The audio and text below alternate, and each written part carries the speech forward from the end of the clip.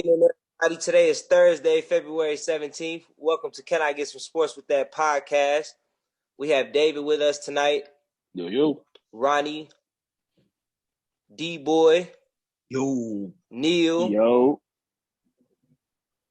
Chris, and I am your host, Michael. First, we'd like to start off. We got a couple introductions for you guys. So, Chris, why don't you go ahead and introduce yourself to the world? What up? I'm Chris, aka the Tweak Master. Chicago Bears, Chicago Bulls, everything Chicago. That's all you need to know. All right. D-Boy, why don't you go ahead and introduce yourself to the world? What's good, everybody? What's happening?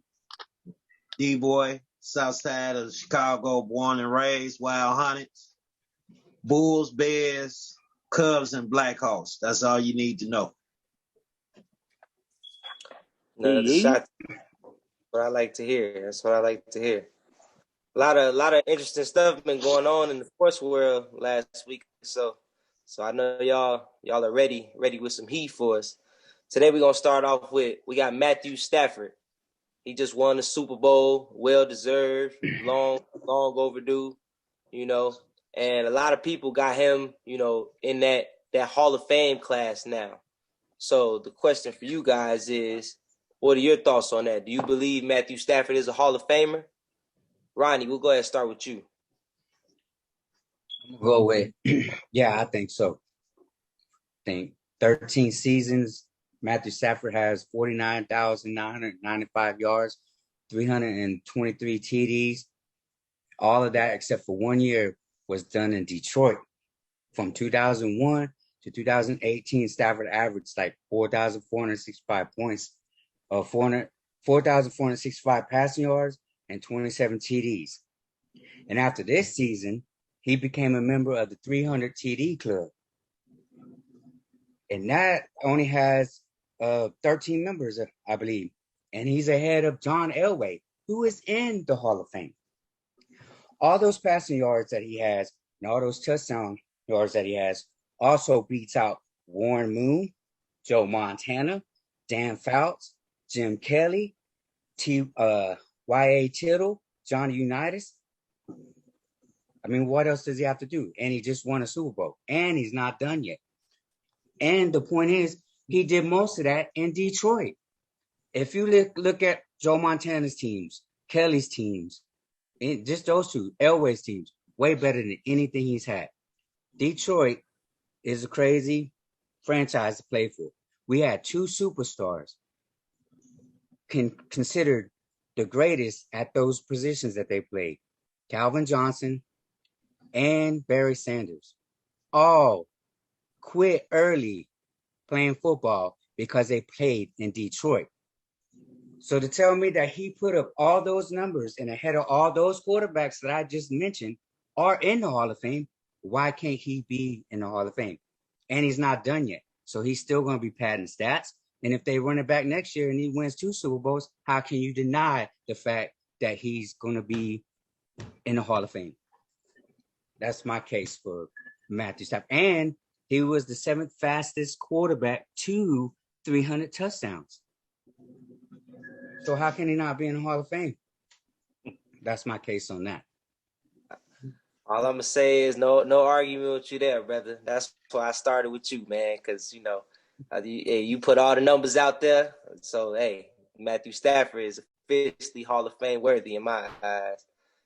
I know you got a lot to say about this, so I'm gonna go ahead and get to this guy here. Well, let's hear what you got to say, Neil. What's your thoughts on this?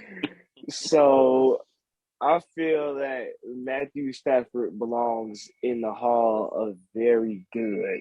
And I'm going to tell you exactly why. I understand, the numbers that he's put up, don't get wrong. He's put up some incredible numbers. But at the same time, I feel like also that is also a result of the NFL and how it continues to change. Passing yards and passing numbers and all that, it just continues to get inflated more and more and more as we continue to go on through time. Like a lot of those other positions, like positions such as receiver, running back, like there's very few of those, getting as many touches and as many just like everything kind of how it used to be back in the past. Like passing yardage and passing numbers are definitely inflated now, especially because of the rules and how much you can touch and grab and hold now players like off the line and things of that nature. Now, I also thought about like this. Like I understand he spent all that time in Detroit, but still, if you're that talented, then why have you not had you've only had one Pro Bowl, no All Pros, no MVPs. You finished top 5 in QBR 3 times. If I remember correctly, he's finished top 5 in QBR either 3 or 5 times since he's been, a starting quarterback in the league his entire career. And like I just feel like a lot of what has happened and a lot of what people are based this off of is 2 magical seasons with Calvin Johnson and Cooper Kupp. He don't have seasons like this with these receivers. His numbers don't look nothing like this, which is why I feel like honestly Matthew Stafford has to at least either get an MVP, 1 All-Pro selection, and then in my opinion he'll finally be able to be in Hall of Fame. At least 1 MVP and 1 All-Pro. If he can get that, which he hasn't gotten yet, especially after a season like this, you would think he would have an All-Pro. Him and Cooper Kupp broke all types of records. But still, no All-Pros, no MVPs, only 1 Pro Bowl appearance. And you get to the Super Bowl and you don't even win a Super Bowl MVP. Super Bowl MVP goes to your wide receiver, goes to Cooper Kupp. Like, you don't even have more Super Bowl MVPs than Eli Manning or Nick Foles or Ben Roethlisberger or Aaron Rodgers. So how can you be Hall of Fame with no type of MVP at all? Regular season, Super Bowl, no Pro Bowl, only 1 Pro Bowl and no All Pro. I'm sorry, but you got numbers, but you don't got the hardware to back that up. Like, yeah, you got the Super Bowl. There's a lot of quarterbacks, honestly, who have a Super Bowl. So I mean, what really sets him apart from a lot of quarterbacks that have 1 Super Bowl besides his inflated numbers? That's what I want to know. The team that he had around him, what he had to use compared to everybody else. I mean, everybody who's played in Detroit has gone there to basically wither away and die, except for Barry Sanders and Calvin Johnson. We all know that it's a cesspool over there in Detroit. That's why nobody's probably giving him credit for what he has done in that city and on that team, is because nobody realizes the numbers that he put up there, because they always say Detroit sucks. No. People realize the numbers that he put up there. That's why people were clamoring so much for him to get out. So if people realized that you was putting up those numbers and you had that type of talent, why weren't you getting that recognition? Because there were other quarterbacks who were still leading their team to do better, even with some quarterbacks who didn't have teams as good as his. Look at some of these other teams and some of these other quarterbacks who honestly were still on bad teams and somehow managed to make it work. It's happened a lot. Who's won a Super Bowl or who's made it to playoffs that had a terrible team around them, but they willed themselves and their team to the playoffs and won a game? I would say honestly, Eli Manning. Eli Manning. Them Giants teams was not that good. What? Not offensive. They have no good defense. You gotta look at both sides of the ball. Also, they had a great defense around them. But that offense stops the team from moving the ball. Your quarterback gets more opportunities to put up more offensive numbers and also do more with the ball, because you have a defense. I mean, how can you say that he put up numbers in Detroit that's better than Joe Montana? Number 1, some people say number 2 greatest quarterback of all time, but he has better stats than him. And Joe Montana had Jerry Rice, John Taylor, Roger Craig at the backfield, and not to mention he had a freaking one of the greatest defenses of all time on his side, and he still put better numbers than him statistically. He didn't games. It's the same theory with Tony Romo and Dallas.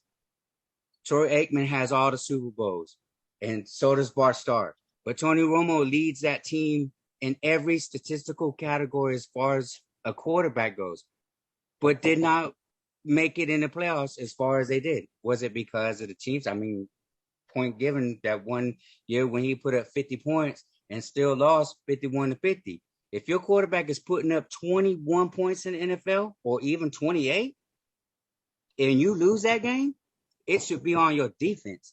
And tell me how many times did Matthew Stafford have 1,000-yard rusher on his team?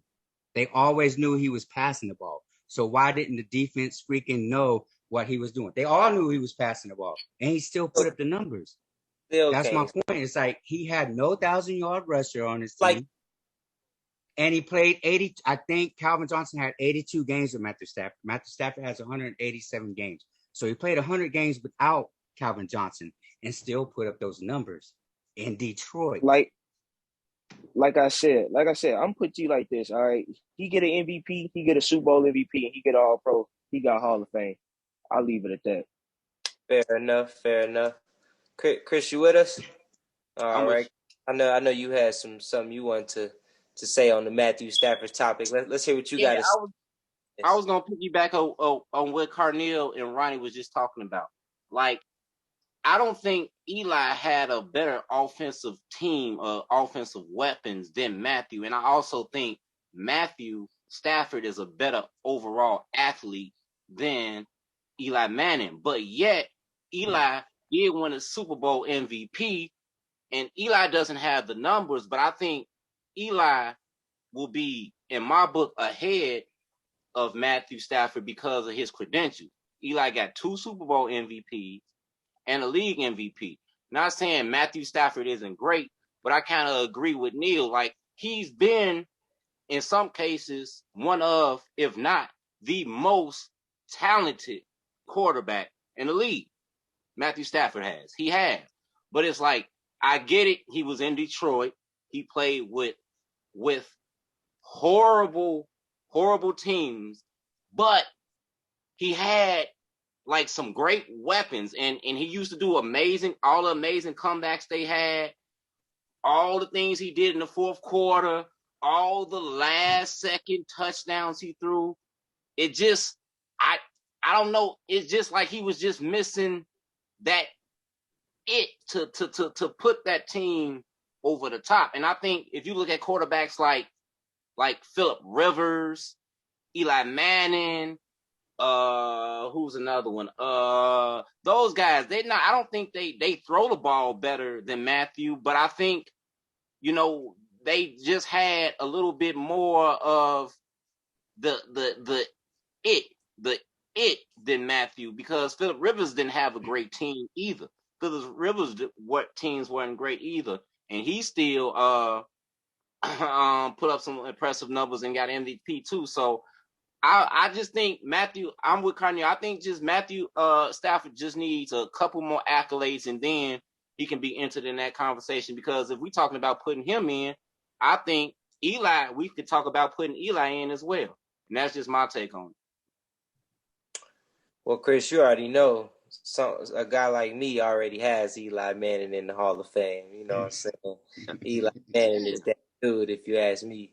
2 times. Yeah, because it's like, how can you deny Eli? How can you put Matthew over Eli? And Eli got more hardware than Matthew. Eli got more than Matthew right now.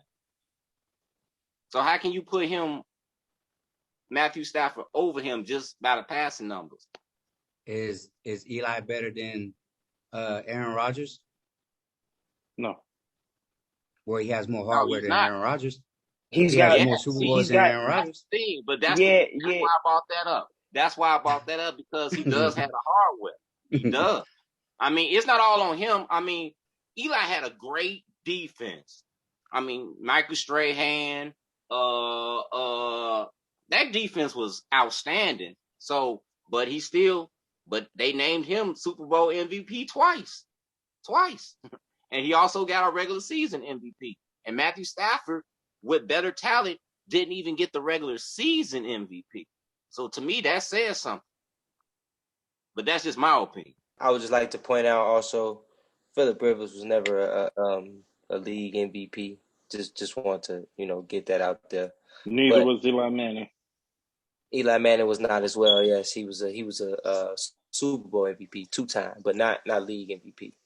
I Anyway, thought Eli Mm-mm. he didn't win no, 1 year. no, Mm-mm. Okay. just Well, Super I Bowl. stand correct. I stand correct. And then Phillip Rivers have LT. He definitely did. And LT, who, as we know, was a league MVP. So, Mm-hmm. When you have a running game, it also helps the passing game. That's all I'm saying. 1,000-yard rusher makes a difference when it comes to the passing game because you got play action and the defense can't always set back and play pass defense. Big difference. yes, sir. Moving right along. So, David, what's your take on Matthew Stafford? You think he Hall of Fame worthy? Honestly, I believe he is. I gotta give it to him. I do believe he's he's a Hall of Famer. Excuse me. Just to piggyback, technically, just going back to the Eli Manning, Aaron Rodgers. Actually, Aaron Rodgers has more hardware than Eli Manning. He got 4 regular season MVPs. If Aaron Rodgers wins one more Super Bowl, he would pass Eli. Aaron Rodgers has Nah, one Super nah. Bowl and 4 regular season MVPs. Eli Manning just got 2 Super Bowls. So actually, Rodgers has more hardware. Just wanted to touch on that real quick. But going back to Matthew Stafford, and matter of fact, Aaron Rodgers did win MVP this year too. But that's neither here or there. But going back to Matthew Stafford, I'm looking now. Piggyback off what Ronnie said earlier, he does have, like he said, 49,000 yards for his career. 1, 2, 3, 4 out of his 12-year career, he's only not thrown under 4,000 yards 4 times. So that's pretty amazing. So outside of 4 times, he's passed for over 4,000 yards every year. Outside of 4, so that's pretty well put. And like Ronnie mentioned, in Detroit, I know Mikey likes to mention that too because he was in Detroit too. So to still do that and not have Calvin Johnson all those years, it's pretty impressive. And now he went to the Rams, threw 41 touchdowns this year. 17 interceptions, even though that's a lot, but 41 touchdowns and turn around and win the Super Bowl and actually played very well in the playoffs. He did make some mistakes, but he still got the team over the hump. And also, like Mikey likes to mention, 4th quarter drives. He successfully capitalized on every 4th quarter drive too. So, and he did it in the Super Bowl. So honestly, he has the Super Bowl ring, the numbers to back him up.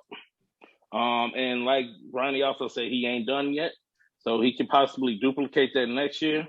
So for me, yeah, I got him in the Hall of Fame. Nice. That's what I like to hear, David. That's what I like to hear. Great take. D-Boy, what's your thoughts on the Matthew Stafford? You got him going into the Hall of Fame? I know you're a little upset, man. You know, Super Bowl didn't turn out how you wanted, but he Hall of Fame worthy. Put the camera on me. Put the camera on me. Oh, it's on.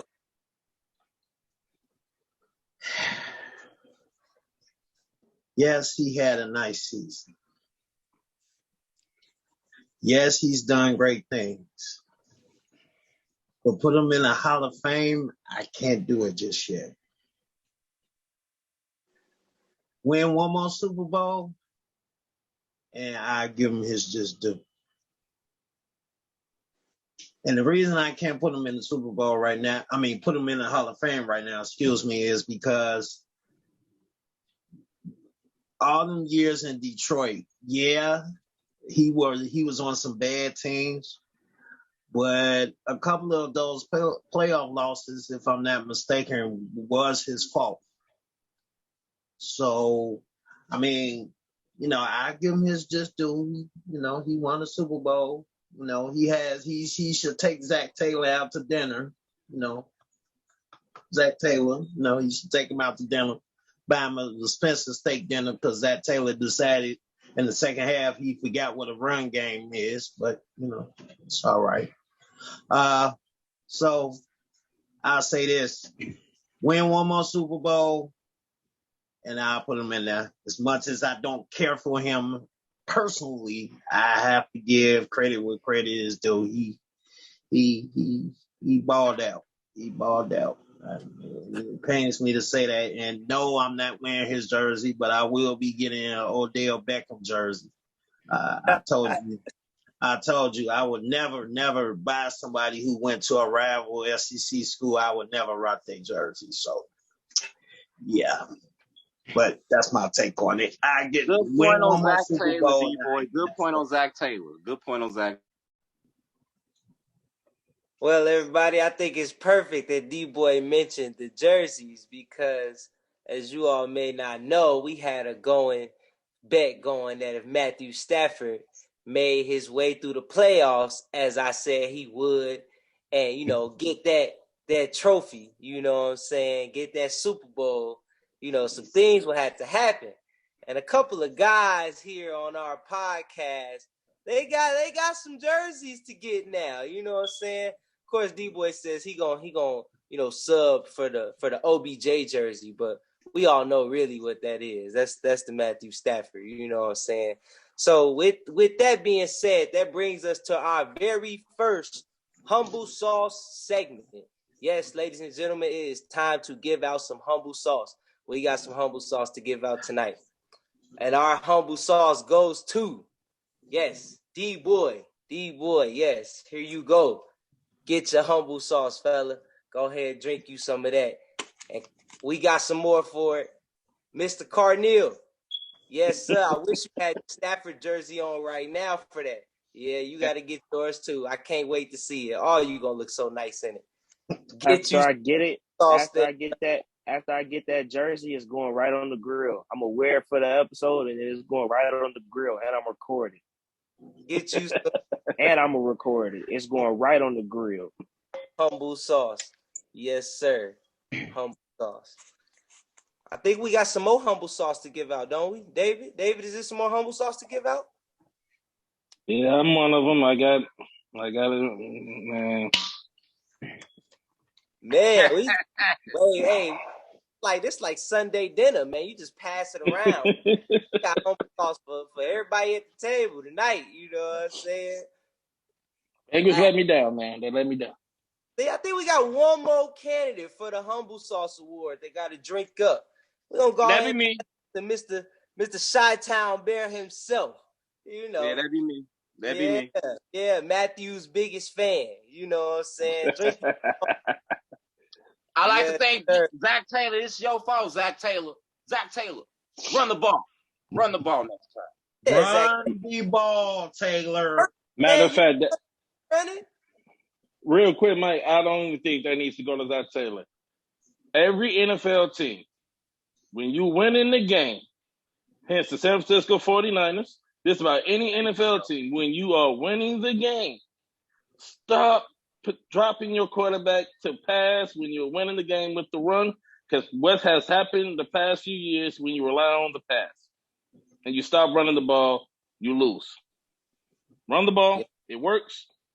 Hey, what they say. I love to drink humble sauce for Ryan, which we gotta drink humble sauce when you don't run the ball. Football. Run the ball, stop the run, and more definitely need to enforce that rule. It will do y'all a lot going into these and late into these seasons and these games for sure.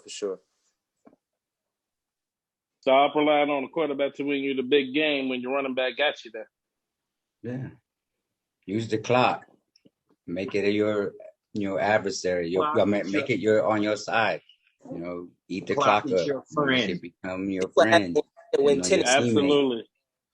Absolutely. And once again, that's for all NFL teams, not just no teams in particular. That's for all y'all. Run the ball. Stop saying my quarterback won me the game. It's all about the quarterback, though. It's all the NFL's about the quarterback. Remember that. Most important. They need to switch it up, or we're gonna keep having the same result. Well, everybody, I think that'll wrap that up. It's been a great year for the NFL. definitely interested. I'm sure everybody for the most part enjoyed, and a lot of surprises happened this year. So looking forward to what moves happen in the off season and what's to come for the next up and coming NFL season. Coming up, we have our next topic. We're gonna move on to the basketball world. Yes. So we, as we've been hearing, the Nets and Philadelphia made the trade between Ben Simmons and James Harden, and they finally landed in their respective destinations. And so, as such, they had their press conference. I don't know if everybody's seen or not, but a lot of interesting things were said in these press conferences. Definitely was. So Cardell, you look like you fired up about this topic. Go ahead and start with you there, brother. So I got a lot to say about Mr. Ben Simmons himself, because every question that was asked in his presser to him literally contradicted what he would like he was putting his foot in his mouth as he talked. So this is just my thing. If you say there was no problem with the team, then honestly, just like how kind of Stephen A pointed out, if there was never a problem, then why did you want out of Philadelphia? Why didn't you just ask for time away from the team? If there was never an issue and everything all good, why did you want to be traded based off of how you played? The team said they were never trading you. As far as we know, the team said they never had any intentions to trade Ben Simmons after what happened in the playoffs. They planned to bring him back for the season, and then based off of how he played midway through the offseason, going into the season, all of a sudden trade room, all of a sudden we see Ben Simmons ask out, say he wants Philadelphia, he wants to trade, and it's just legitimately every question he asked. I mean, every question he answered, and every time he spoke, like he just put his number of things piling up.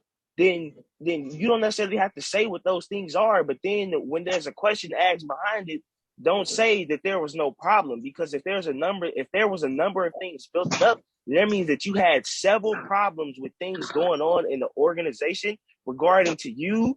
Don't go back and answer the next question and say there's no problem at all, because obviously there was something going on there. And then for the fact that he said that that the team knew that he was dealing with those with mental health issues, and he says that he told the team he was dealing with it long before what happened, but now the 76ers are coming out and saying that he never told us anything. Now somebody's lying, and now a lot of what he said while he was in Philadelphia and still on that team while he wasn't playing, a lot of that stuff and a lot of what Philadelphia was saying about him, honestly, is starting to make Philadelphia seem more like in the light, in the realm of, okay, well, they're actually telling the truth, and Ben Simmons is kind of lying here, because now it seems like Simmons is kind of lying. So if there wasn't any problem, that means you strictly wanted out based off of how you played, because you knew that there was going to be some backlash behind you played, which in that case means that you weren't able to face the consequences of your actions and how you played. And so I just want to know, why did he continuously put his foot in his mouth while he talked in this press conference? Every question that was asked, he pretty much contradicted himself each time he spoke. All right, yeah, I definitely could see what you mean by that. There was a lot of back and forth between some of what he was saying, but not gonna lie, some of it made sense too. You know what I'm saying? Some of it made sense, but I think at the end of the day, he just kind of didn't want to own up to it, and then he kind of wanted his way out. That's understandable. You can't really be mad at her, but you definitely could question his character a little bit, I guess you could say. And that's exactly. We'll go ahead and move on. Exactly what you think about this?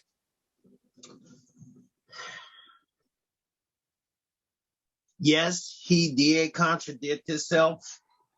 He definitely contradicted himself. And yes, I do feel he quit on his team without question. especially in that 7th game. Like, just watching his body language throughout the night, it seemed that he seemed disinterested. Like, when Philly got down 10, 12 points, he seemed like, he just packed it in.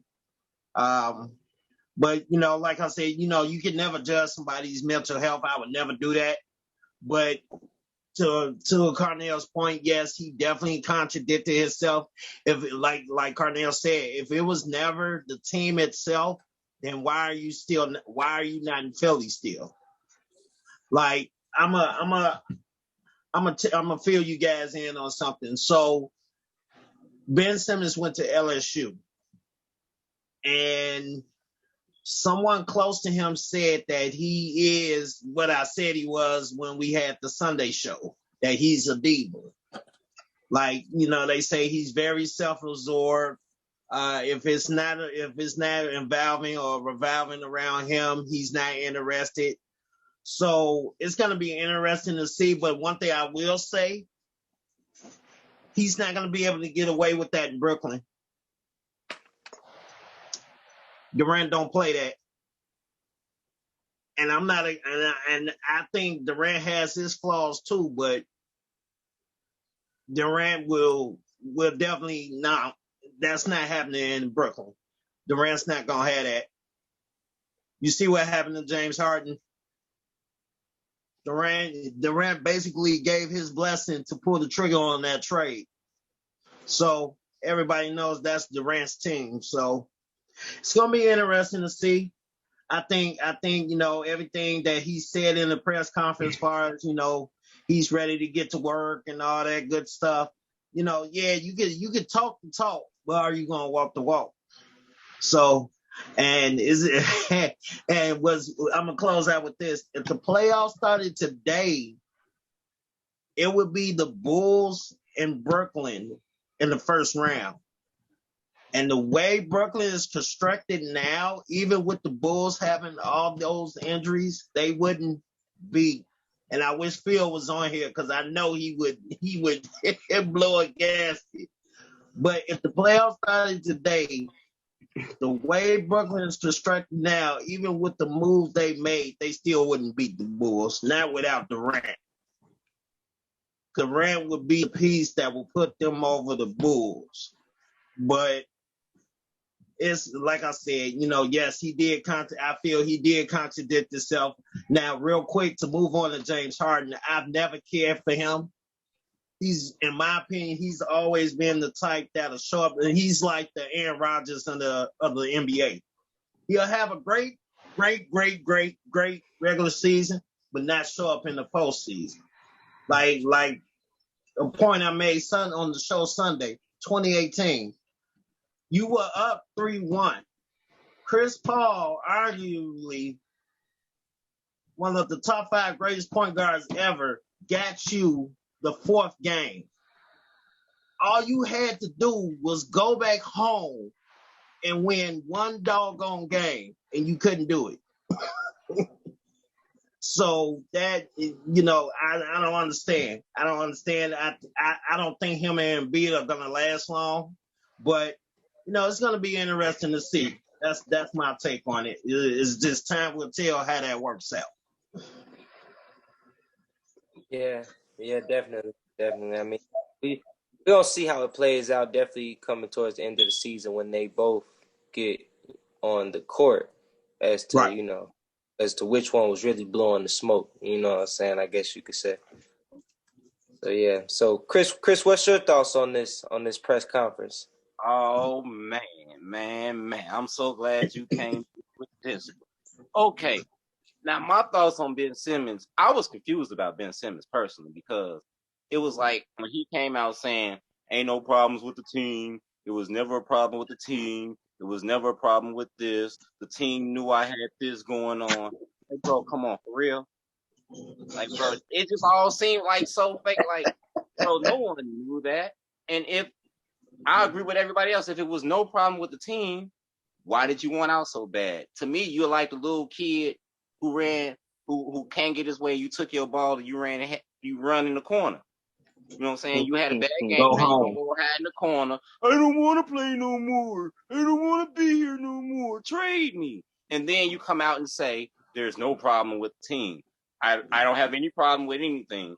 But you was just standing in the corner crying. I want out. I want out. I don't want to play for you guys. When you could have been playing. So you find out what you want.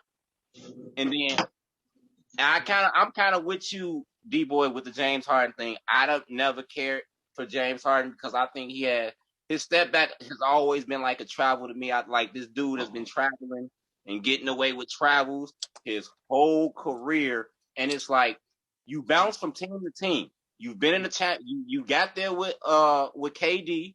You got there with KD once. You lost. You didn't show up. You didn't show up in that series. Now you go run to KD again. Because you tried Chris Paul, you tried Houston, it didn't work out for you. So now you're pouting. Now you want to go play with KD and Kyrie to get your little ring. But now it's not working out. So you're pouting. Again, I want to know. I'm not getting my ring. Now I want to get traded. So you finally get traded. So both of y'all done pouted and got what y'all wanted. Now let's see who the better baller is. Now, for me personally, I'm kind of scared if Ben Simmons kind of balls a little bit because he's so dang on tall and long, and it's KD. Because I was talking to Neil earlier, and I was like, what's the difference really between this Nets team and that Cleveland team that LeBron led to the championship? When you just look at the best players, KD can distribute the ball, but he can shoot better than LeBron. So to me, that makes that team a little bit more scarier because KD can shoot and he got all those shooters and he's a better shooter than LeBron. So I think that kind of elevated that team just a little bit more because you got these long 8-foot wings that can defend everything on a perimeter. And so that's all I got to say about that. Yeah. Hey, length is definitely a factor. As what happened with the Bucks in their finals pursuit last year. You know what I'm saying? Length, I say, was one of their biggest assets. Even they point guards kind of lengthy for a point guard. You know what I'm saying? It So do make a difference on a basketball court. Getting your hand up, hand down, man down. And then you got Ben on top of, you know what I'm saying, KD too. That's like they both Ben Simmons like an inch or two shorter than KD. Man, yeah. Then, can you imagine a pick and roll with 2 7-footers? Because Ben Simmons can play a pick and roll with KD and Ben Simmons. Imagine that. It's gonna be straight back breaks. Ben Simmons gonna get that rebound and take off. He be gone. And KD, same thing, honestly. So, and then honestly, little old Kyrie gonna do the same thing. So really, that's why I say if Ben Simmons hoop a little bit, that can be really, really scary. I think that could be really, really scary. Their biggest asset though gonna come into play where when they not getting them fast breaks and it slow down, because Ben Simmons could get them set up and stuff like that. James Harden can too, but as he said in his press conference, he wasn't.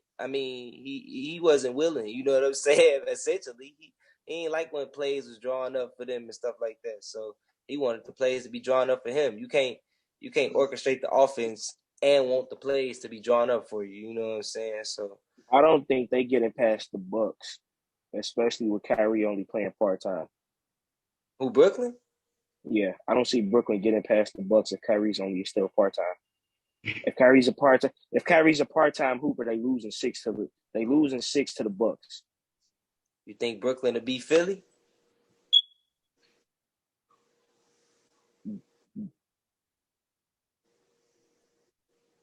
Brooklyn beats Philly in 7. If they lose to Philly, they lose in 6. They definitely beating Philly, in my opinion.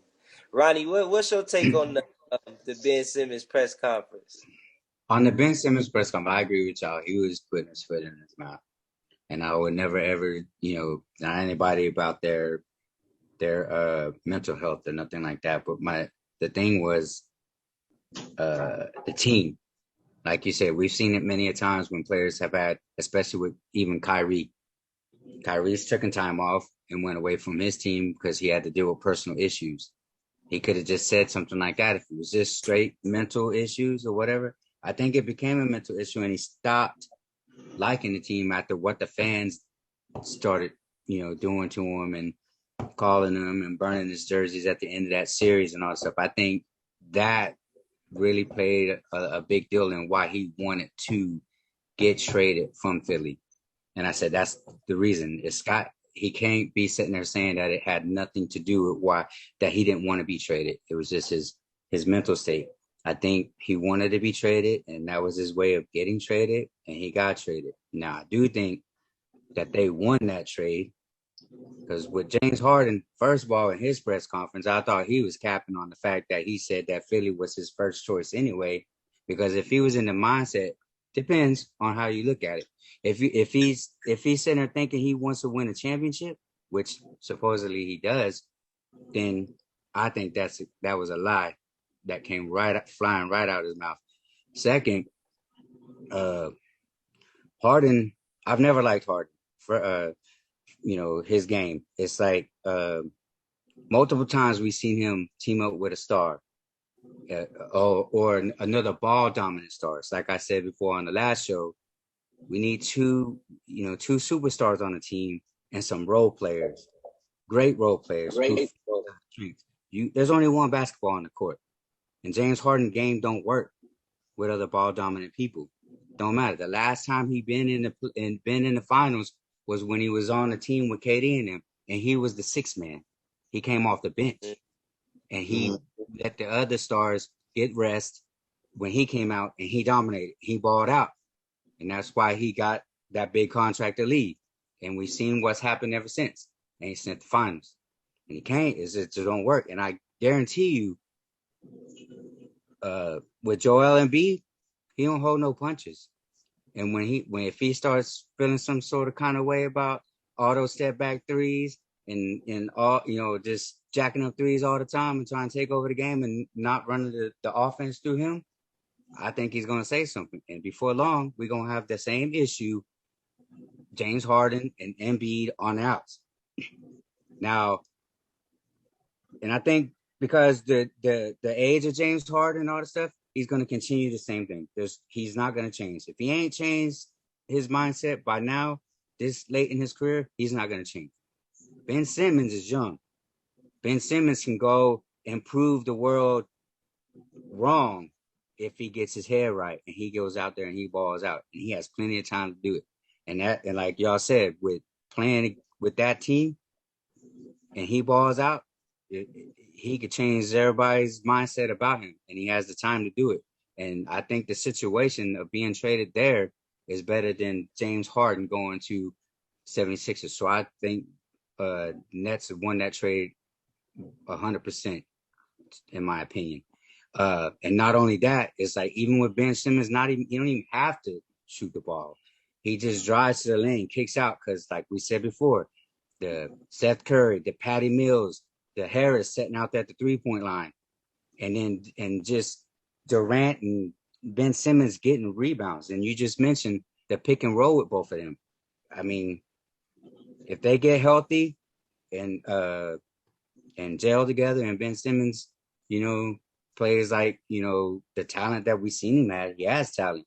It's just that that work ethic. And I've always heard rumors that he's a diva also. And if he wants to correct and he wants to change people's mind about him, this is his time, and he needs to kick it in gear. And I think he has a better opportunity to change his legacy in the NBA than James Harden has to change his legacy in the NBA.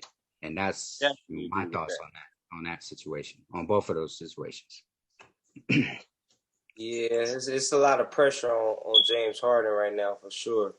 A lot of pressure. I mean, and to you, Cardinal, saying, Philly potentially in 6, I just want to point out, I mean, it's only been, maybe a week. Has it even been a week? I forget the exact time, but James Harden ain't been there that long. He ain't even played the game yet.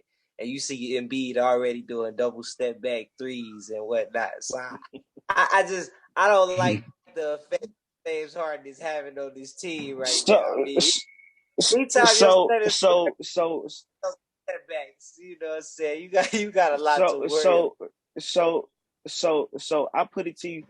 I put it to you like this. I wouldn't be so worried about that, honestly, because of who Joel Embiid is. If you look at like him as a person and like his type of character, the stuff he does, bro. His Twitter name is Troel.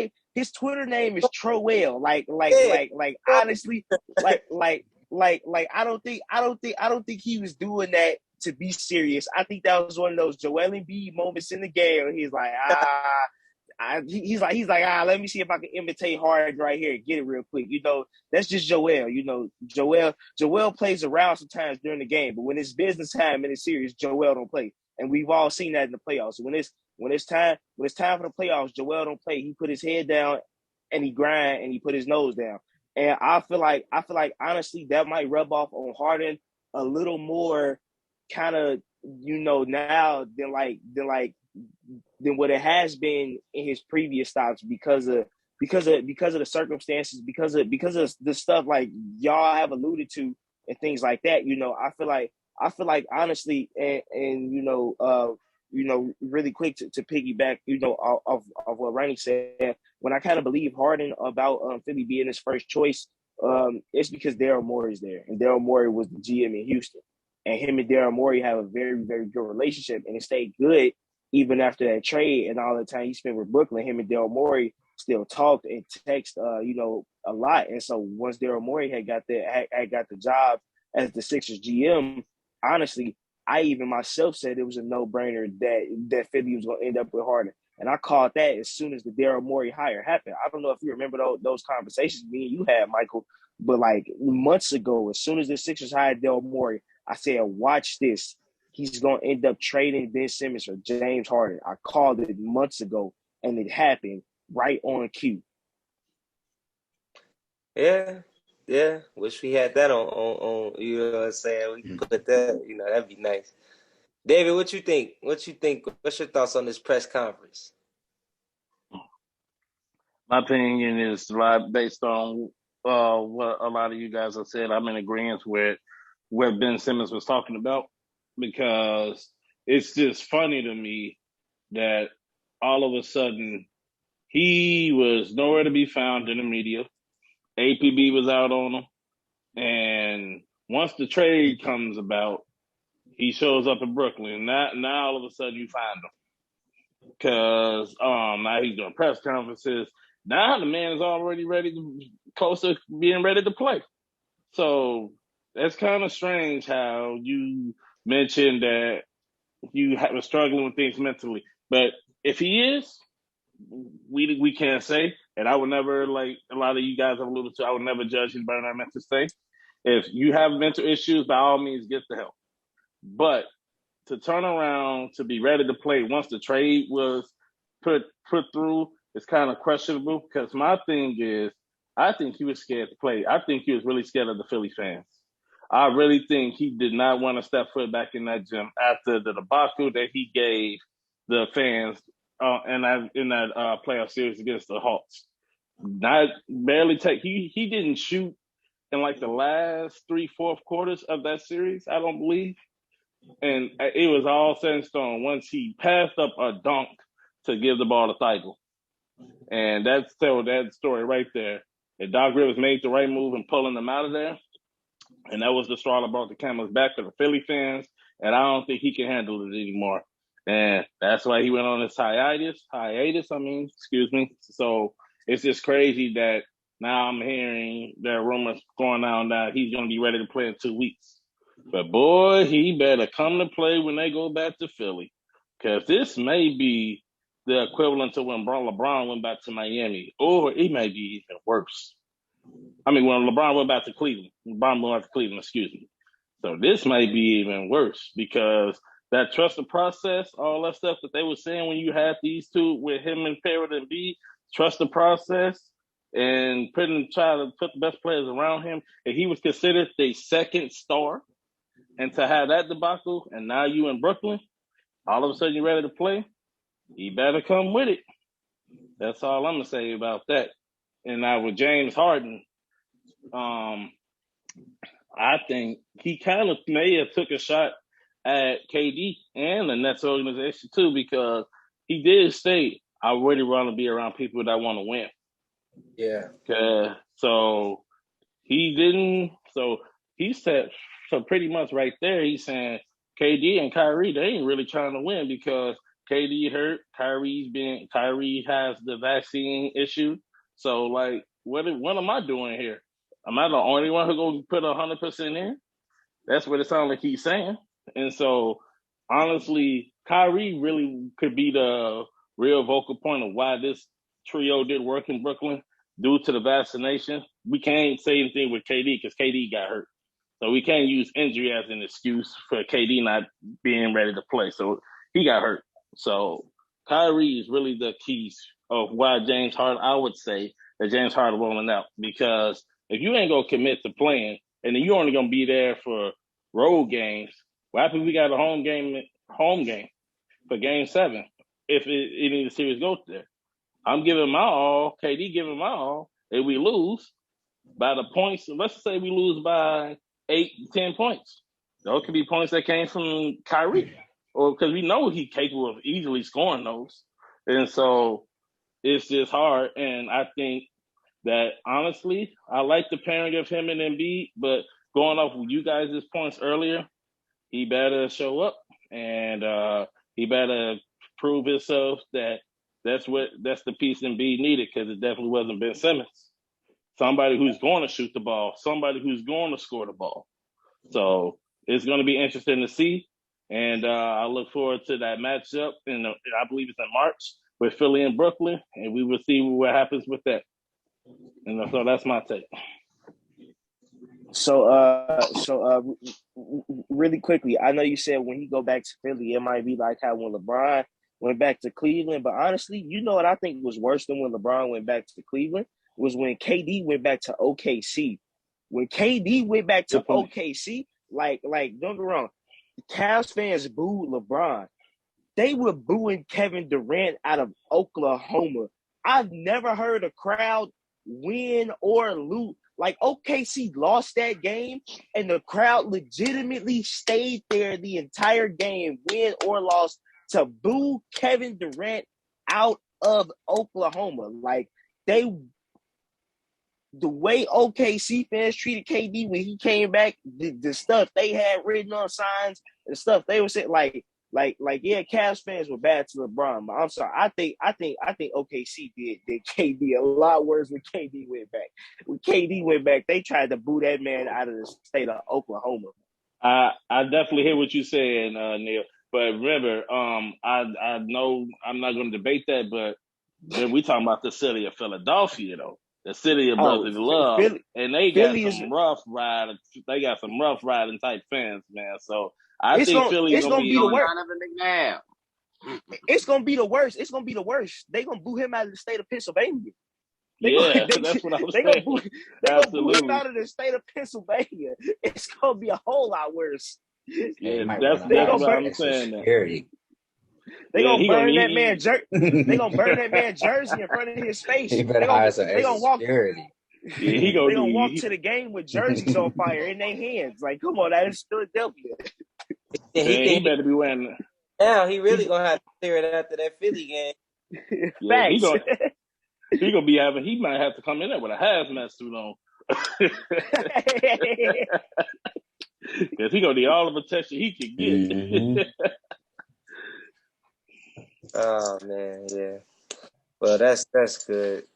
Hopefully they get it together. We're gonna see what is in store for these NBA playoffs here in the near future. But before the NBA playoffs, we have All-Star Weekend, and yes, that is this coming weekend. So, with that being said, what is everybody's thoughts going into All-Star Weekend? David, let's go ahead and start with you. I'm looking, honestly, for me, I'm looking, I want to see the skills challenge, because I like the fact that Giannis and his brothers are teaming up. So that's gonna be pretty interesting. To see all them three. I'm actually happy for Giannis and his brothers. I'm actually happy to see his brothers get some shine, because to Because to be honest, if you was to look at Thanasis highlights in Greece, man, he looked like Giannis over there. Because he can jump just like Giannis and everything. So I'm looking forward to seeing that. And also, I'm looking forward to seeing the All-Star game, of course, because LeBron and Giannis on the same team with Steph. Man, that's gonna be crazy. So that's what my take, and what I'm looking forward to the most, honestly, is the skills challenge. Shout out to LaMelo Ball for getting some shine too, because I believe he is now officially in the All-Star game now off of injury. So I'm looking forward to seeing him. I would say that's the play I'm looking forward to seeing. So for me, it's the skills challenge. I'm looking forward to seeing LaMelo Ball, and of course the All-Star game. Who you think's gonna be MVP? Ooh, MVP. Honestly, I might say Giannis because it's gonna probably be Lob City to him all game. I would go Giannis. I see that. Who you think gonna be MVP of the Rising Stars game? Can't forget about that. Rising Stars. No, you know they got the 4-team format now. I think that's gonna be good. I think they're gonna actually compete. I'm gonna go Evan Mobley. Ooh, not bad. Do you think they're gonna win? I take it. You think their team gonna win? I take it. Yeah, I think Mobley gonna be the X factor, so I'm gonna roll with his squad. Yeah, they got a nice squad. Sure. D-Boy, what's your thoughts heading into this All-Star weekend? My thoughts are, like I said on Sunday's show, I want to see the dunk contest. I hope because for the past few years, the dunk contest has been a bit of a disappointment. Matter of fact, for the past, what's this, 2022? So for the past five years, the dunk contest has been, in my opinion, trash. The last dunk contest that, in my opinion, was worth talking about was 2016 when Aaron Gordon and Zach LaVine was going toe to toe, and in my opinion, Aaron Gordon got robbed because of Shaq. But that's it. That's water under the bridge. But that's what I'm looking forward to as far as the Rising Skills Challenge is concerned. Yes, I do think Evan Mobley is the X factor. I'm picking him for MVP. But I gotta show my boy Ayo some love, and I would take him as a sleeper to win MVP. And I do believe that Ayo and Evan Mobley are on the same team. So I'm taking Evan Mobley and Ayo to pull out for the win. Not bad. So I take it you most excited to see the dunk contest as opposed to any specific player then. Absolutely. Oh, wait. So I actually got the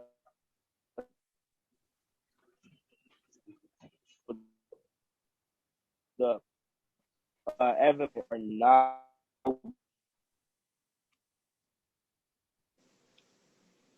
I think you're breaking up now. It was on Team Payton that actually on 17. You run that by us again. Your signal cut out. I was saying, Ayo and Evan Mobley are on different teams. Okay. See, I wasn't sure how that worked. Yeah. So, yeah, I will go with Evan Mobley for the win. Mobley is on Team Barry. Ayo is on Team Payton. Yep. Okay. All right. So, I was going to say real quick for the All-Star game. I was just going to say real quick for the All-Star game MVP, and more than likely, I'm going to go with Steph Curry. Steph. That's solid. I'm gonna go with Steph Curry. I can see that. That's like I'm gonna saying go with Steph Dre. Curry. He always seems to show up and show out. Yeah, I can see Steph doing that. I can see that for sure. Chris, But don't sleep on Debo. Do not sleep Okay. on my boy DeMar. we'll go ahead and move on with you, Chris. What's your thoughts heading into All-Star Weekend? My thoughts. What I'm looking forward to the All-Star game in itself, because to me, it got the feel of the I think that was the 2000 All-Star game where the West had Shaq and all the bigs, and AI in the East brought it back. Because I think that LeBron team is like an outstanding team. I don't see no way that team will lose. But Team Durant got some ballers on there. And I see Ja kind of being similar to Derrick Rose, Allen Iverson. I don't know. I think we're going to have a good game. I think it's going to come down.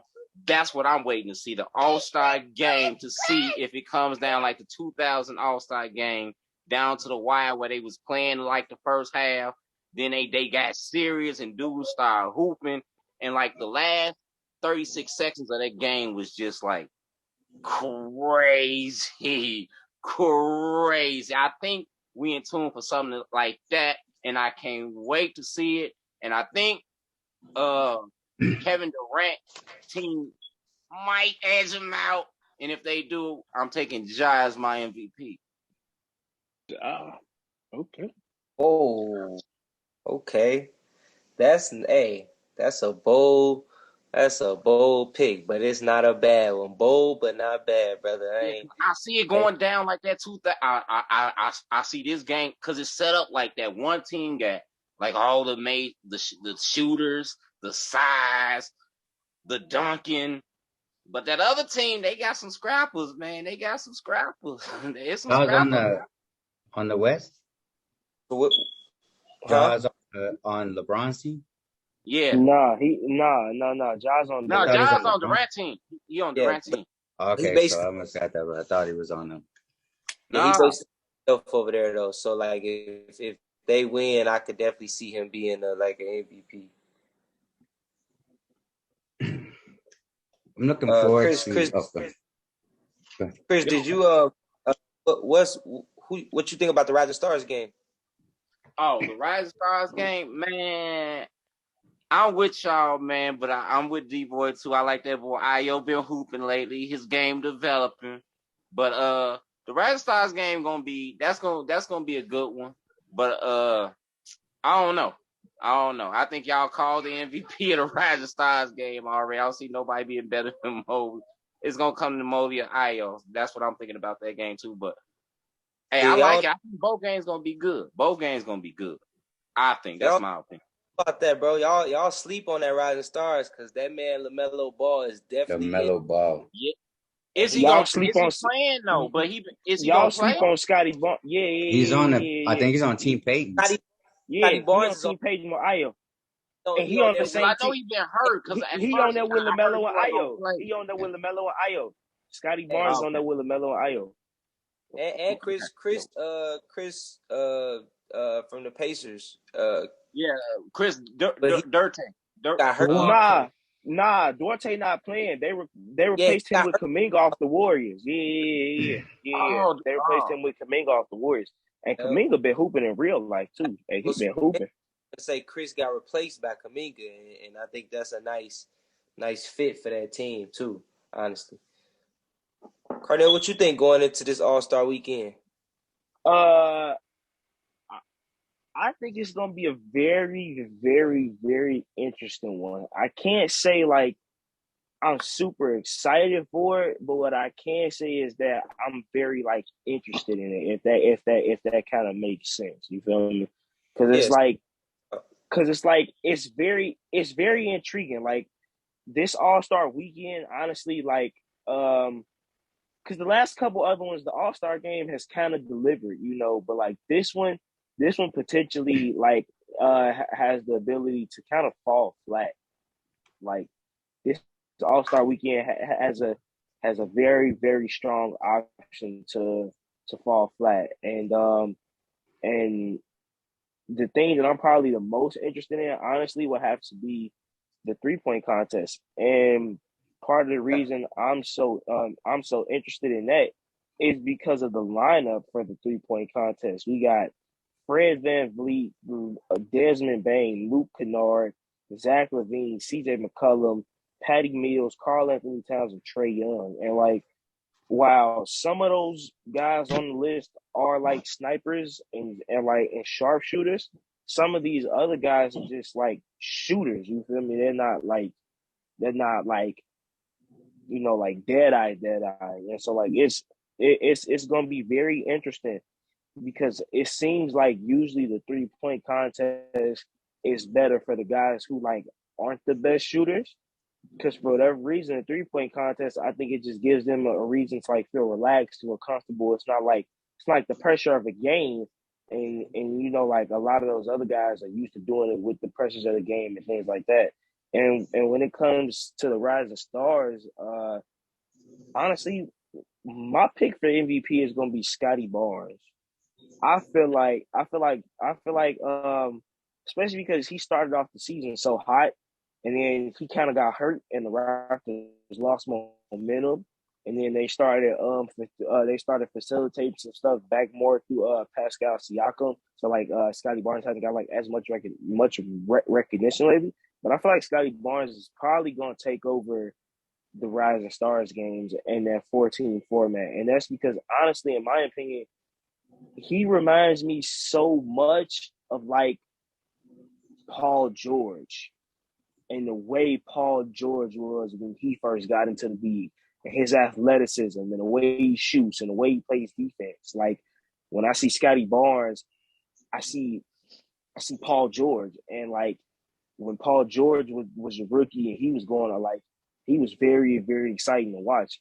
And I think Scotty Barnes has the potential to show those flashes that we've been seeing from guys like Mobley, from guys like Io, what we saw from LaMelo last year when he was a rookie, and things like that. So I just feel like Scotty Barnes might have a big impact on that Rising Stars game.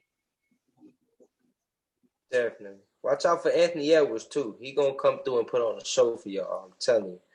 Definitely AE. Definitely AE. Anthony I would LA. like to see him, and I would like to see him and somebody else. I can't think of his name, but I would like to see Anthony Edwards in the dunk contest. Yeah. Personally. Yeah. He gonna put on a show for y'all in that Rising Stars game though. That's gonna be your dunk contest, David. For him at least.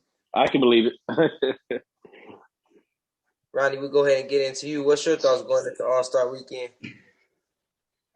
Well, as far as the All-Star game is concerned, I think the LeBron's team's gonna win it, and I do believe that it could fall flat. But the thing I'm interested in, and what I'm hoping happens, and I would like to see, is Jokic and Joel Embiid go at it a few times, at least down in the paint and down in. I like to see them two go at it, because they're both, I believe, in the race for MVP, and so I like to see them go at it and it become a game where them two go up and down the floor a couple of times at each other. I think that would be exciting, but I do think LeBron team's going to win it. As far as I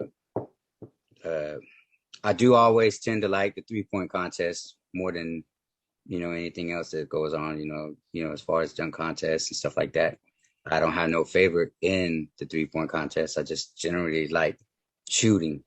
And as far as the Rising Stars is concerned, I'm going to have to go with this man here,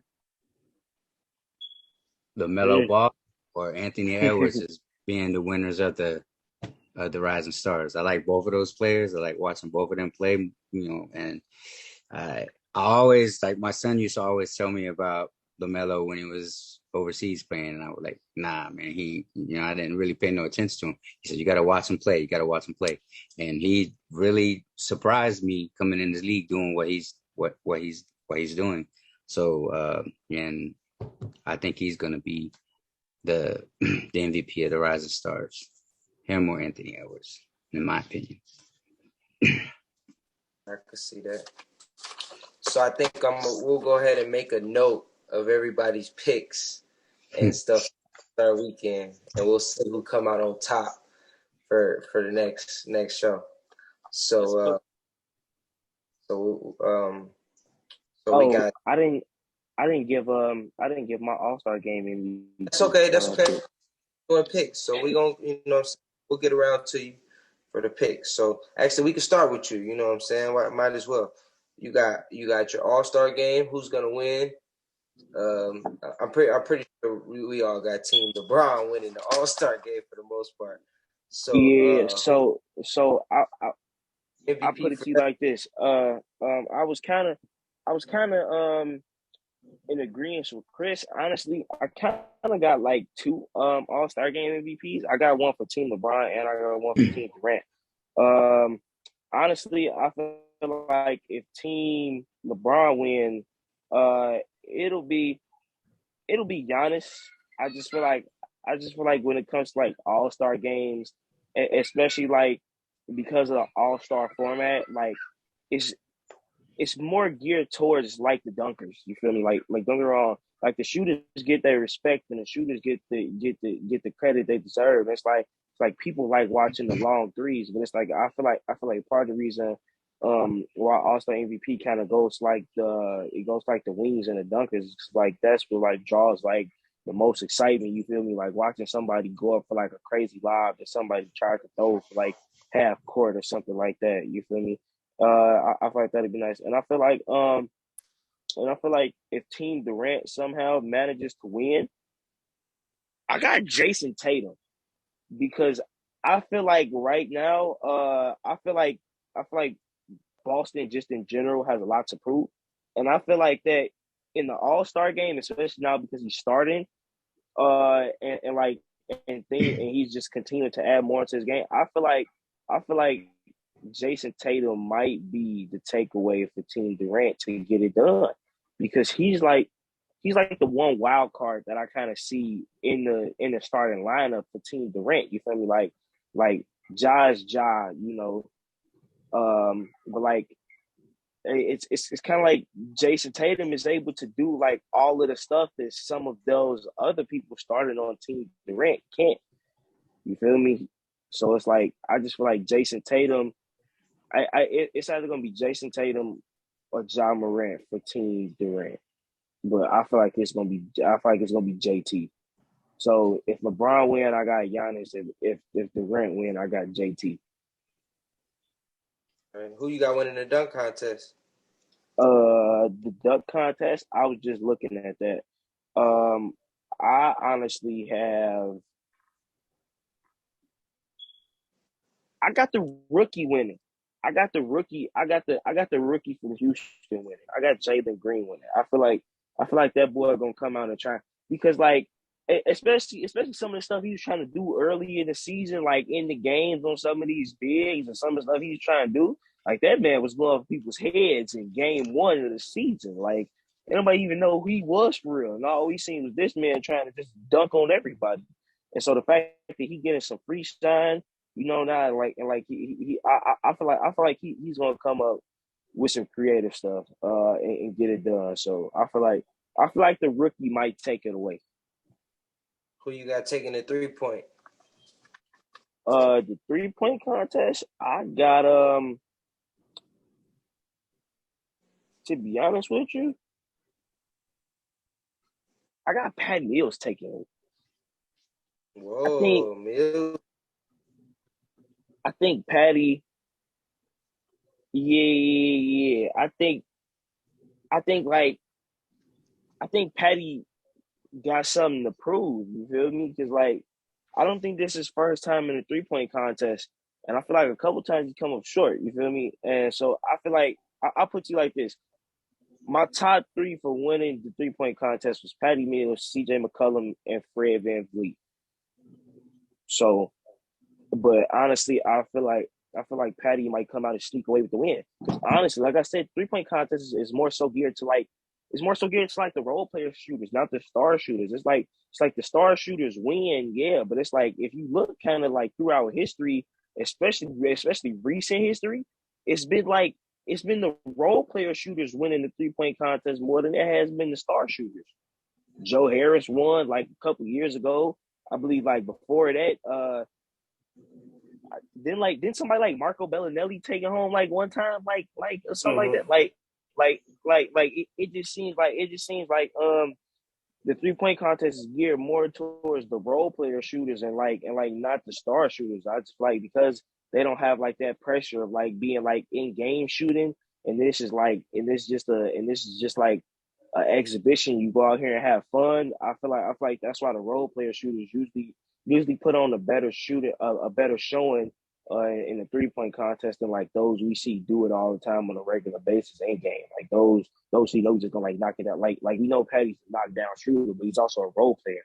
And sometimes Patty does have those nights where he can't throw a brick in the ocean. We've seen it happen. It don't happen often, but it does happen. Who you got winning the skills? The skills challenge, that's gonna be interesting. But I kind of got Team Cavs taking it. I think Darius Garland and Evan Mobley gonna put on the show. Yep, I was thinking that too, brother. Definitely. And as for the Rising Stars, for the Rising Stars, I got Scotty Barnes. Scotty, okay, good old Scotty. Ronnie, Yes. get your picks, man. Who you For got? what? Huh? For what was the question? The pick for what? Just your picks for the All-Star events. So your Rising Stars. Who you got coming out with MVP for that? For the Rising Stars game, I'm going with LaMelo Ball. Yep. And I kind of agree with him. I agree with him on the 3-point contest with Patty Mills coming out of there. I think he's a sleeper on that one. And that rookie, was it Jalen Green? Yeah. In the slam dunk contest, I'll go with him. The skills challenge, I don't really know who's gonna win that one. But as far as those 3 events, that's who I'm picking. Okay. And who's your All-Star MVP? All-Star MVP, I would like to like I said in the beginning, I like to see Jokic and Embiid go at it. So I like to see whoever comes out of those 2 to win it. But to piggyback off of what Neil said, Jason Tatum is like one of my favorite players to watch play basketball. And I think he could actually do it. If that team had a chance of winning, it's going to be, I think he could do it. But like for my statement earlier, I kind of like the 2 big guys going at it. And since they're, in the race for the MVP, I would like to see them 2 go at it. And I know that the All-Star game is like how you said it. It's mainly about shooting up threes and alley-ooping and dunking and all that stuff. But and usually that's how it goes. But I just like to see them 2 kind of, go at each other a little bit. And I think it'll be very entertaining to see the 2, those 2 go at it. And so either one of those, whatever team wins, I would pick out of those 2 to win the MVP. Solid lineup. Actually, pretty similar to Carnell. I was surprised. I thought you'd go different. D-boy, let's get to your picks. Who you got? So for the skills challenge, I got Team Cavs. I agree with Carnell. I think Darius Garland and Evan Mobley are gonna definitely put on the show. For the 3-point contest, it's not so much that I'm biased or having anything to do with being a Bulls fan, but I really think Zach LaVine is gonna pull through. For All-Star Game MVP, of course, I said Steph Curry. As you know, I said Evan Mobley. Now for the dunk contest, I'm gonna tell you one guy that everybody is asleep on, and that's Obi Toppin. That kid is a athlete, a dunker. I followed him a little bit at Dayton, and that kid is. It's a shame that Tibbs doesn't play rookies because I think that's part of the reason why the Knicks are struggling because they don't use he's not using Obi Toppin the right way. But Obi Toppin is going to be my pick for the dunk contest. He's going to put on the show, definitely. Hey, man, I hope so. Wasn't he in the dunk contest last year? He disappointed, if I'm not mistaken. Oh, was he? Yeah, I think so. He was. Obi Toppin? Yeah. Yeah, he was in it last year. Okay. That's what I thought. And he kind of disappointed, at least to me. So hopefully he kind of. I agree. He did. For David, let's go ahead and get to your picks for All-Star Weekend. Okay. For the skills challenge, to be honest, I'm gonna go with the Antetokounmpos. Because like I said, I do want to the Nationals and the younger one, I believe his name is Alex. I definitely want to see them get their shine. And Giannis, Giannis gonna be Giannis, so definitely want to see that. But no shade on the other two the teams. Like y'all mentioned, Evan Mobley and Team Cavs look good with Mobley and Garland. So that's going to be good to watch. So I'm going with Team Antetokounmpo. 3-point shootout, I'm going with Patty Mills as well because he seems like the best overall shooter in the contest as well because his history, he's done it so many times with San Antonio. Now he's in Brooklyn. Did it in the Olympics all the time. So I'm going to go with Patty Mills on that one. On a 3-point shootout. Dunk contest, I'm with D-Boy on that. I'm going to go Obi Toppin. I know he had bad showing, but I think he's going to rectify that this year. And as far as All-Star Game MVP, I got Team LeBron winning, and I got Giannis winning MVP. Did you did I miss your Rising Stars pick? Yeah, I'm sorry. Evan Mobley. Mobley. We got a lot of Mobley fans. Too bad Phil not in the building, man. He'd be right. He definitely has something to say about all y'all. So like I knew Evan Mobley was gonna be good, but he actually kind of shocked me with how good he's actually played. That boy is damn good. Okay. That boy is damn good. He shocked me with his play.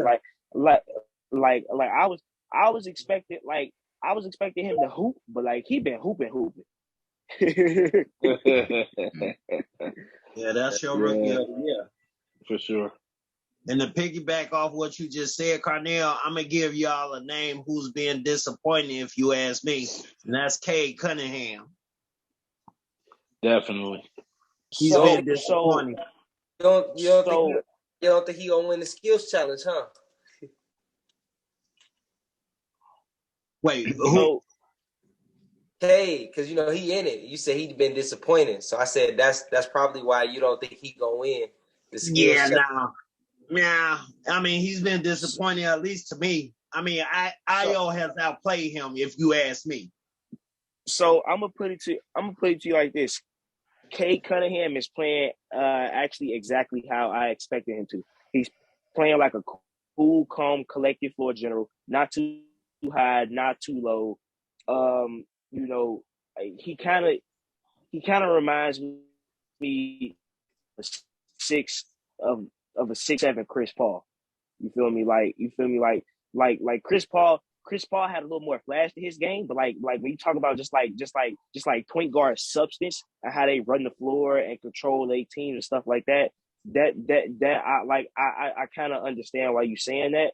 Because but also like he was kind of dealing with injury a little bit at first to start. But like I feel like quietly he's picked his game up, but he's gonna be one of those like LaMelo Ball. Not LaMelo Ball. He's gonna be like one of those Lonzo Ball types. You feel me? Like he's gonna he's gonna have a quiet game, you feel me? But like once you look at the stat line and you see what he do, it's like, oh damn, like this man just dropped 15, 10 and 8 with about 4 steals. You feel me? So it's like he's slowly getting his way there. I think by year 3.5.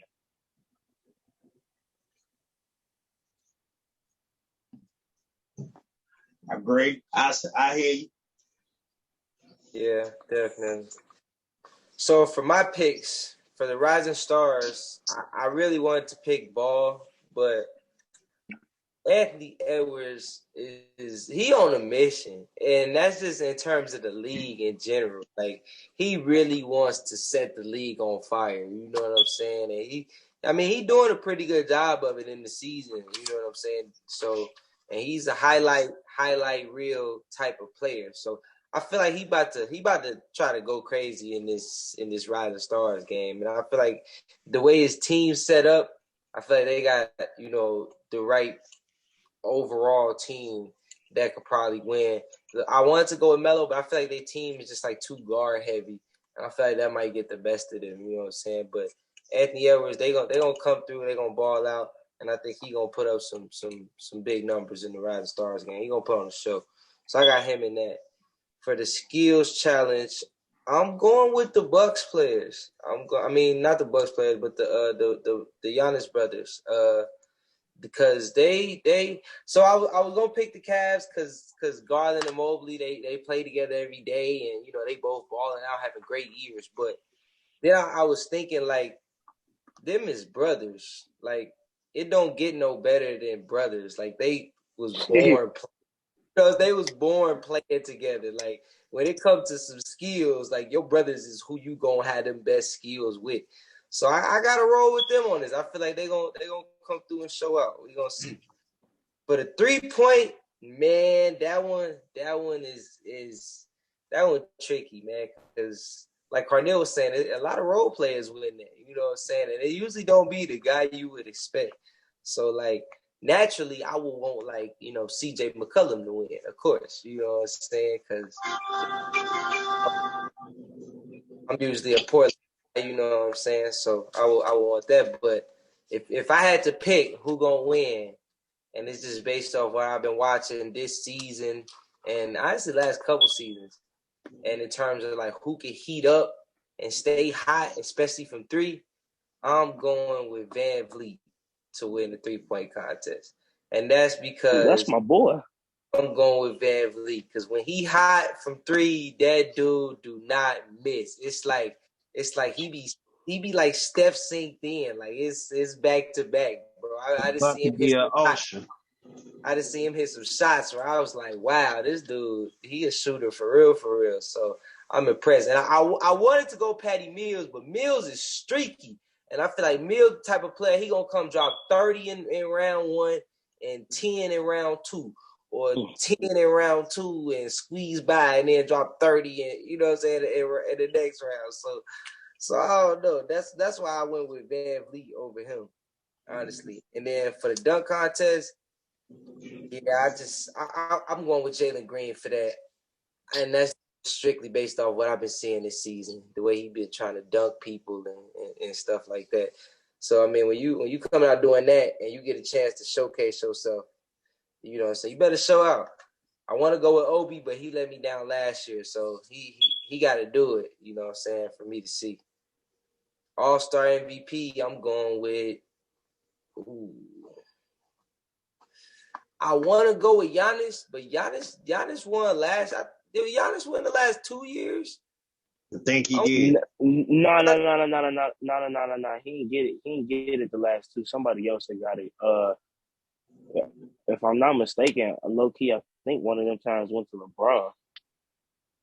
It might be, maybe I don't know, but I know Giannis. He definitely got it last year, and so for that reason, honestly, I just don't think he gonna get it this year. If he did, no. My bad. I'm sorry. I didn't mean to interrupt you, but I believe it was Anthony Davis who got it 2020 because that was the year that Kobe had died. Right. Yeah, you're right. Okay, so that being said, yeah, I just don't think Giannis gonna get it again. He could get back to back, but I feel like with the year this dude is having, and he just got out this slump, and he gonna be wide open all night. Steph Curry gonna come through and get him one, and so I got him for All-Star Game MVP. That's my picks. Chris, you the last one, so we'll go ahead and get to your picks. Okay. For the dunk contest win, I'm gonna go with you, Mike. I'm gonna go Jalen Green because dude been clowning all year. He been trying to dunk everybody. He fearless, and it's been a long time since I've seen somebody that fearless going to the cup, and it don't matter how big, how tall he going, and he going up there, and he gonna try to boom you. So I like him. My rising stars. Whoo, it's a lot of talent in the rising stars. It's a lot of talent. And I think I'm gonna go with the Cav boys for the rising stars, because even though the Kupo are brothers, they've been playing them Cleveland boys just in rhythm. I think they just got a rhythm, they gel, and they just work together. So I think it's gonna be them. The skills challenge, I'm gonna stay with my pick of Mobley. Cause I like him. I think he hooping, and I think he gonna ball out. He gonna show out. My all-star, if Team Durant win, I'm going with my pick. It's gonna be the Jason Tatum, Ja Morant, and if Team LeBron win, I see it being Steph or Giannis. I mean, either way. But I do like what Ronnie said. I would like to see them two bigs go at it. That's gonna be some good basketball. Seeing Embiid, oh my God, that's gonna be a battle to watch. I would love to see them go at it. I hope they go at it, and I hope they play hard against each other. I hope they don't be soft with each other and just go out there and just hoop.